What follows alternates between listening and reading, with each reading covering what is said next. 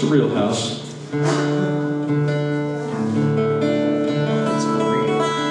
It's a house that's in Pittsburgh, Pennsylvania.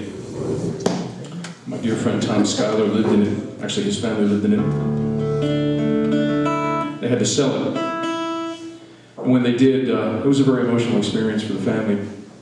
So I was living in Nashville at the time. He came back to Nashville and called me and said, "Man, you're going to help me write this song. I want to write a song about the experience of the house, moving out of the house." We got to talking about it, and we realized that we could tell the story from a couple of different ways. We could tell it as if it was our house, or we could tell it as if it was the in-laws' house. And I don't know, for about a half an hour deciding what to do, we realized that the most interesting character in the story was the house itself, so we decided to tell the story from the perspective of the house. For you songwriters, it's called personification. Something old people learn about.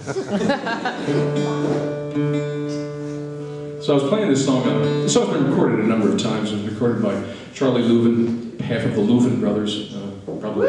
Anybody know how to get sound with one person? Okay, that's good. That's actually better than most places that I play. They're in the Country Music Hall of Fame. Recorded by Charlie Louvin. It was recorded by Tony Rice. Anybody know who he is? Yes. The Rice Brothers. Yeah. And so I was singing this song at a radio show down in Knoxville, Tennessee, and the disc jockey, after I did the show, it was an audience, live broadcast radio. After I did the song, finished with it, the DJ came up to me and she introduced herself. She said, "Hi, my name is Red Hickey." Red Hickey, that was her name. So I got over that very quickly, and it was one of the reasons I had to move back up north. And she said, "You know that song that you just sang, we used to play that all the time on the radio." And I said, "Really?" She said, yeah, we used to play the Rice Brothers version." And I said, "Oh, that's great, I love that. Her version of that song was really nice. But why did you play it all the time?" And she said, "Well, it was a #1 bluegrass song." And I said, "You're kidding." And she said, "You didn't know that?" I said, "No, I had no idea. But that explains that $17 check I got in the mail." Yeah, right.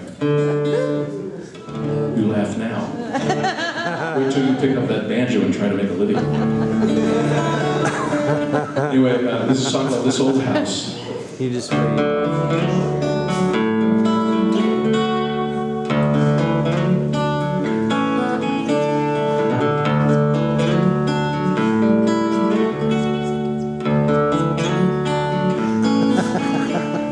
There are 50 liquor boxes in my hall, and 100 empty nails on my wall.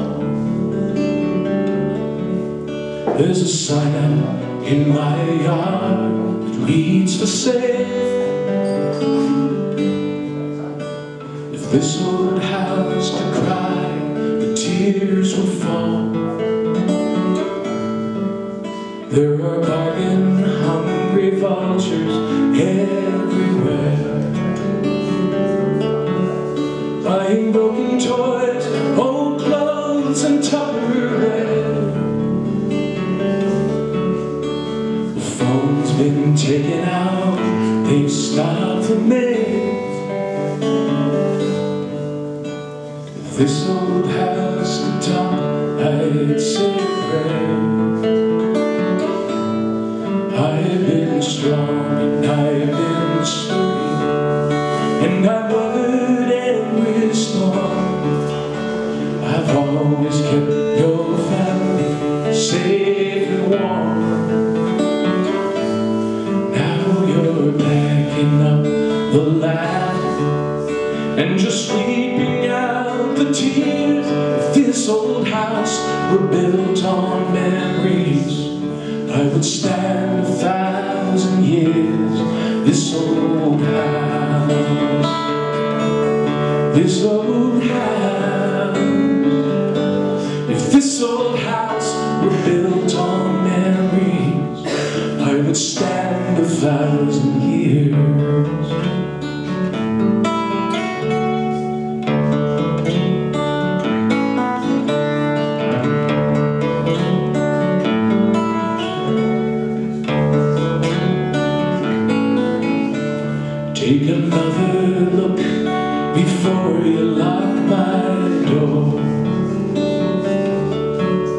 where your shoes have worn the finish from my floor.